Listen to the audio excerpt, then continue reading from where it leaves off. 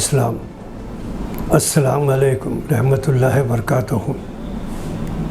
خدا کا لاکھ لاکھ فرض ہے کہ اس نے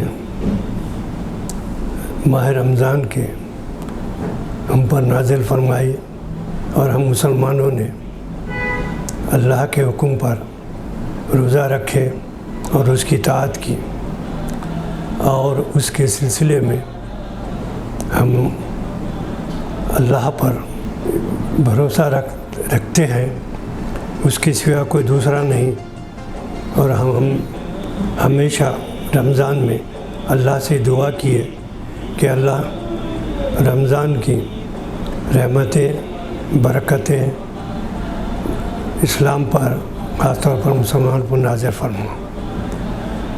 اب عید ہو رہی ہے، خدا کا فضل یہ ہے کہ ہم اللہ کا شکر ادا کرنے کے لیے عید الفطر منائیں گے، اس لیے میں آپ کو عید الفطر کی مبارکباد دیتا ہوں۔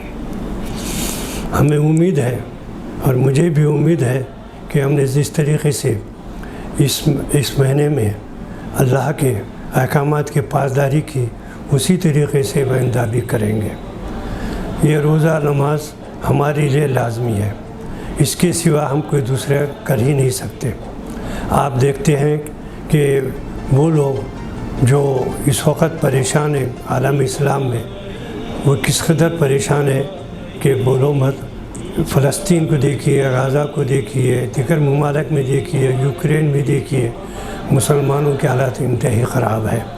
بہرحال خدا کا فضل یہ ہے کہ پھر بھی ہم مسلمان اپنے طور پر بہت اچھے ہیں۔ عید مبارک، عید مبارک، عید مبارک۔